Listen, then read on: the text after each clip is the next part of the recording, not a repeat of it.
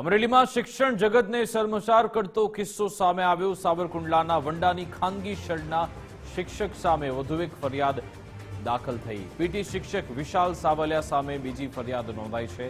ધોરણ 10ના વિદ્યાર્થી સાથે નરાધમ શિક્ષકે સૃષ્ટિ વિરુદ્ધનું કૃત્ય આચર્યું હતું। વિદ્યાર્થી સાથે હુકમ કરનાર શિક્ષક સામે બીજી ફરિયાદ નોંધાઈ છે। આ અંગે તમામ જાણકારી આપશે સંવાદદાતા ફારૂક કાદરી ફોનલાઈન પર જોડાઈ ગયા છે। જી ફારૂક।